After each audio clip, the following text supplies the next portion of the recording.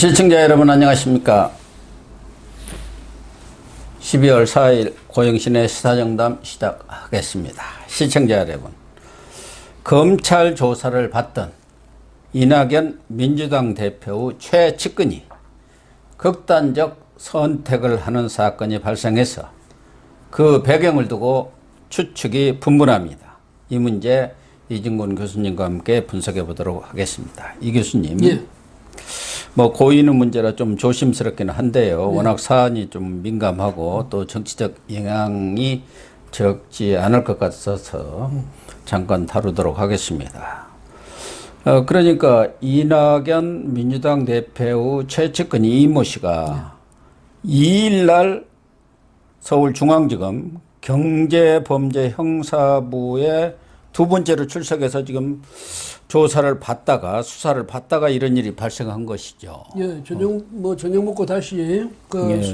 이 조사를 이제 재개하기로 했는데 그 저녁 먹으러 나가서 그 이후에 종적이 묘연해가지고 그런데 이제 그 부인하고 통화를 했던 모양이에요. 예. 그랬더니 그 부인이 뭐 이제 실종 신고를 한 모양이에요. 그래서 수색을 했더니 그 인근 그 법원 뭐 중앙지법 계단인가 뭐 거기서 숨진 채로 발견됐다는데 어쨌든 자신이 선택한 그런 극단적인 선택이었다고 지금 그렇게 이제 일단은 뭐 타살이라든가 그런 건 뭐 있을 수가 없는 아니면 상황이. 이제 갑자기 무슨 뭐 심장마비라든가 이런 건 있을 수 있었는데 그렇죠. 예. 그게 아니었다면 타살은 아니다 이거죠. 예.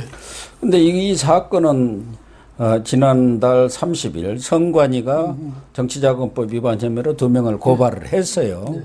그동안 잘 알려진 대로 복합기 이것을 지금 임대료를 2월부터 5월까지 옵티머스의 자회사 트러스트홀이라고 있는 데서 거기가 비자금 세탁소라고 그래요.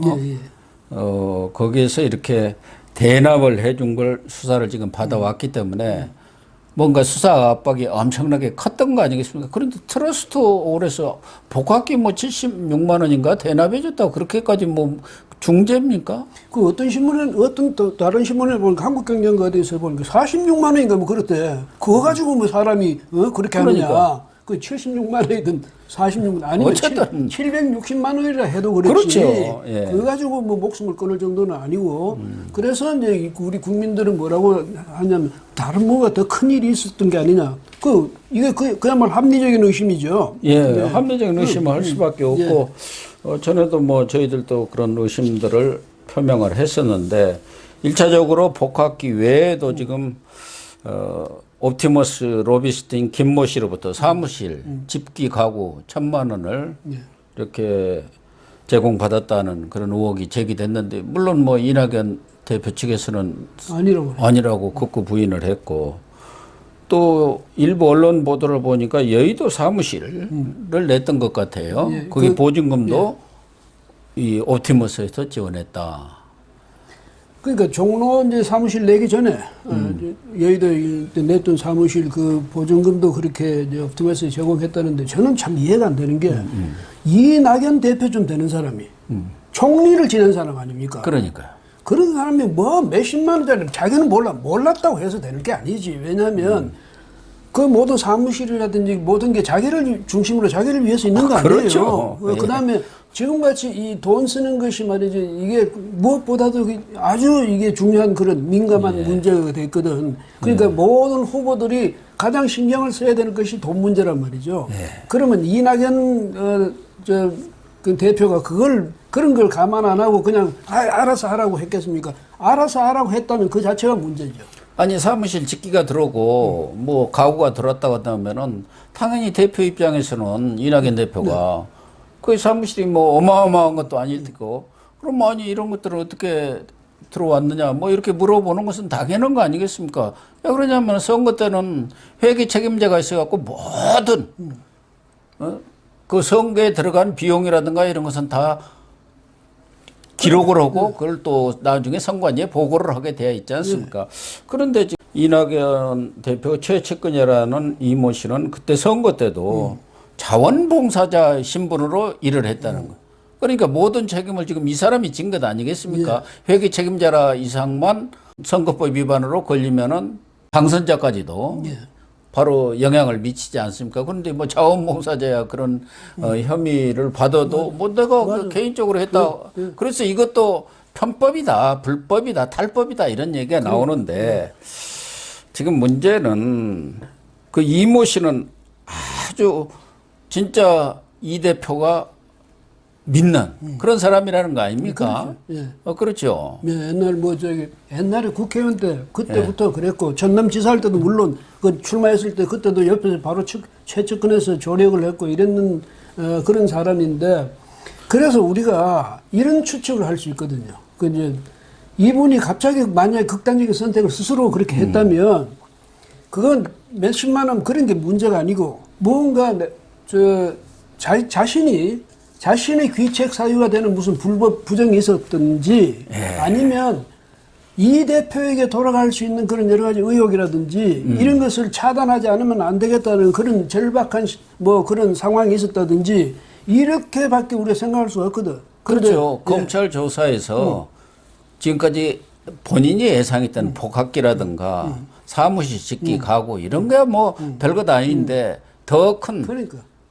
본인으로서는 감당하기 어려운 그런 내용들이 딱 제시가 되었다고 봐야겠죠. 그러니까 만약에 이제 우리가 이 이낙연 대표가 지금 의심할 수밖에 없는 상황이 됐으니까 의심을 자꾸 하기로 들면 이 대표가 유독 유난스레 말이죠. 옵티머스 사건 이제 이런 데 대해서 거부감을 드러냈다든지 윤석열 총장에 대해서 굉장히 아주 뭐 그야말로 사감이 가득한 것 같은 그런 언급을 무슨 뭐 충격적이라 윤 총장에 대한 그 혐의라고 이야기했어요. 판사 사찰, 판사 지금은 성향이라고 문건이라고 다들 그렇게 바꿨어요. 사찰이 아니다. 이건 성향. 예, 그런데 그걸 이 대표가 말이죠. 그 혐의가 물론 법무부란 핑계는 되긴 했습니다만 법무부가 말하는 그 혐의라는 것은 이건 정말 충격적이다. 이런 식으로 막 민감하게 대응을 돼요. 그래서 왜 저렇게 그 심하게 저 문제에 대해서 윤 총장에 대해서 저렇게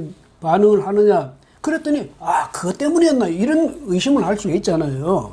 근데 또 이분이 했다는 말이 무슨 뭐 슬픔을 억누를 수 없다 이러는데 슬픔은 슬픈 거지 왜 슬픔을 또 억누를 필요가 뭐 있는 겁니까? 근데 이런 식으로 뭐 이야기하는 거 보면 그래서 이낙연 대표가 뭐 저는 일단 그런 건 아니라고 보긴 하지만 우리가 그렇지만은 이 석연찮은 구석은 있다. 너무 석연찮은 구석이 많죠. 사실은 이낙연 대표가 추미애 장관에 대해서도 초기에는 상당히 어떤 거리를 뒀습니다. 좀 마땅치 않다, 못마땅하다 그런 것을 입장을 표명했는데 그 후로는 이 옵티머스 사건이 자꾸 제기가 되고 오면서부터는 적극적인 비호 발언을 해왔단 말이에요. 그러면서 이낙연 대표가 뭔가 이렇게 멱살이 잡힌 거 있나? 뭐 이렇게 찜찜한 게 있나? 껄쩍지근하다고죠. 껄쩍지근. 예. 그래서 이 최측근인 이모 씨도 2014년 그 전남지사 당내 경선 때도 한 2만여 명의 그 당원들 당비 대납을 해줘갖고 또 1년 2개월간 실형을 살았고 그 이후에 나와서도 바로 전남지사 정무특보도 오고 지금은 대표실 부실장 아닙니까? 사실상 실세죠. 어쨌든 이런 사건들을 보면 전에 윤명 사건 때도 그 마포심도의 손모 소장이 여러 가지 의혹을 안고 그냥 숨져버린 사건이 있었지 않습니까? 뭐 이런 일들이 과거에도 비일비재했죠. 상식적으로 보면은 옵티머스에서 행방불명된 뭐 정치 자금으로 흘러간 것으로 추측이 되는 돈이 뭐 몇백억이다, 뭐 800억이다, 얼마다, 뭐 이런 소리들이 나오고 있는 그런 상황 속에서 선거가 치러지는데 복학기 그거 임대료만 내줬겠느냐. 도우려면 뭐 지금 제대로 돕든지 아니면 그런 걸 도와달라는 만약에 그걸 복학기 40몇만 원인지 70몇만 원인지 그걸 도와달라 말했다면 그 사람도 참 쪼잔한 사람이고 그렇죠. 그렇다고 그걸 도와준다고 해서 돈 몇십만 원을 도와줬다 이것도 그런데 그러니까 국민들이 그거 자체가 납득이 안 된다는 얘기예요. 그래서 그 다음에 이 대표가 말이지 당시에 이 후보가 그렇게 무슨 집에 뭐가 들어오는지 나가는지 뭐 어떻게 지원을 받는지 안 받는지 협찬을 받는지 안 받는지 그걸 나는 일체 몰랐어. 이 자체가 이해가 안 된다는 거지. 그런 뭐 잘 사람이 국회의원을 아시다시피 예. 이 대표가 아주 꼼꼼한 사람이에요. 그럼요. 이런 분이 이런 문제에 대해서 적당하니 난 몰랐다. 나중에 무슨 보니까 명의 변경을 뭐 제대로 안 했더라 이런 게 좀 통하지는 않는 것 같아요. 그래서 그 다음에 더더구나 또 이 대표로서 충격적이었던 게 다른 데도 하면 서울중앙지검에서 했잖아. 예. 이성윤이가 하는 데 아닙니까? 거기서 했단 말이야. 거기서 조사를 받다가 가서 야 그런 일이 터졌거든. 그렇다면 이게 뭐냐 이거지. 왜냐하면 이성윤이가 봐줄 수 있는 일 같으면 얼마든지 봐줬겠지. 그렇겠죠. 우리가 이제 추측한데. 예. 어? 그런데 봐줄 수 없는 그러니까 어쨌든 조사라도 철저히 하지 않을 수 없는 무슨 중대한 하자가 발견됐다든지 어떤 뭐 위법 한 그런 일이 있었다든지 이런 의심이 간다. 이래서 조사를 했다. 근데 그 조사 대상이 엄청 이 대표한테도 무슨 타격이 갈 만한 그런 내용이었다만 이렇게 된다면 이 대표를 생각할 때 섬찟할 것 아닙니까? 왜? 서울중앙지검이 이렇게 했을 정도니까. 아니 서울중앙지검이 또 수사도 하고 있지만 중앙선관위가 고발한 사건은 나름대로 증거가 확실한 경우에 고발을 합니다. 더군다나 집권당 지금 대표 아닙니까? 웬만한 것은 이제 이번에는 뭐 중앙선관위가 아니고 서울선관위가 고발을 했지만 그만큼 확실한 증거와 물증이 있었다고 봐야겠죠. 언론이 취재를 안 돼가지고 보도는 안 됐지만 그냥 옵티머스에서 준 그 복합기 문제라겠지만 또 다른 것이 있었을 수도 있지 않겠느냐. 그러니까 선관위에서 이러이러한 혐의들도 있는데 조사를 해보세요. 하고 넘겨줄 수 있잖아요. 감사원 안 받습니까? 그렇죠. 그런데 그렇게 해가지고 됐으면 이게 만약에 정말 지금이 이런 상황이니까 얼마나 지금 저기 민감한 상황입니까? 네. 검찰도 그렇고 그럼요. 뭐 이런데 중앙선관위도 그냥 뭐 마음 편하게 그냥 수사 의뢰를 했을 리도 없고 고발했을 리도 없고 그럼 당연하죠. 굉장히 자기들 나름대로 용기를 가져야 되는데 용기를 가지려면 그 상당히 사안이 심각하다 이렇게 돼야 되는 거고 또 서울중앙지검의 수사팀도 이거는 그냥 예사로 넘길 일이 아니다 해서 만약에 꼬치꼬치 따졌다든지 이렇게 되면 그래서 이 사람을 그런 식으로 극단적인 선택을 하도록 몰아갔다면 이것도 그 사건이 예사로운 그 사건은 아니다. 우리가 이렇게 봐야 되니까 이 점에서는 이낙연 대표가 지금 말이죠. 이 문제가 터지고 난 뒤에 한마디에 그 슬픔을 억누를 수 없다는 건데 국민에 대해서는 어떻게 말해야 되나 이것도 생각해야 돼. 만약에 자기가 그런 게 전혀 없다면 국민에 대해서 우선 아유, 죄송합니다. 이런 무리를 일으켜서 그 다른 것도 아니고 바로 자기 턱 밑에 있는 사람이 그랬잖아요.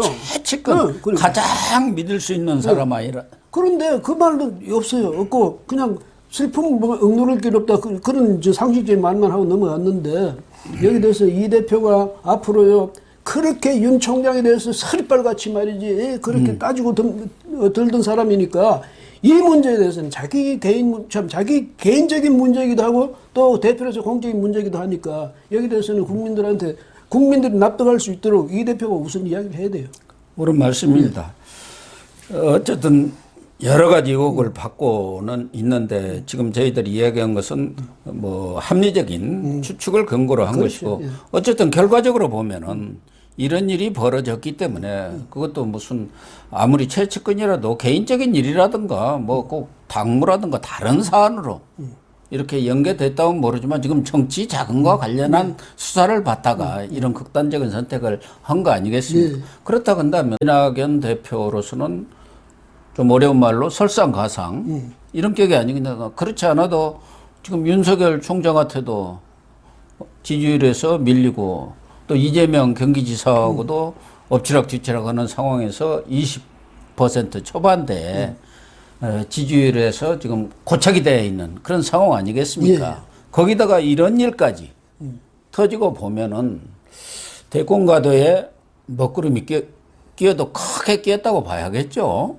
이번 이 사건을 정말 국민들이 다 이해할 수 있고 납득할 수 있도록 해명하지 못하면 지금 말씀하신 대로 이낙연 대표에게 치명적인 그런 하자가 되는 거죠.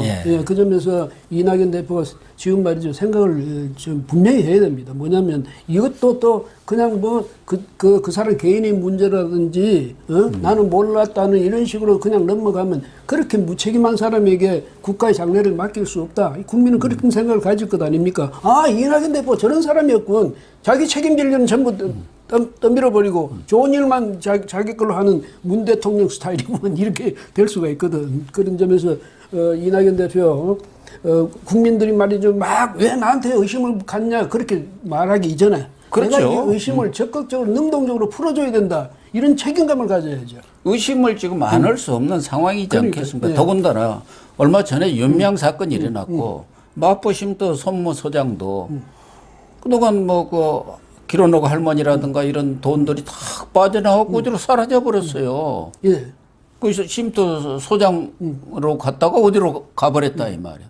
그런데 그게 결과적으로 극단적 선택을 하는 이런 결과를 빚었지 않습니까?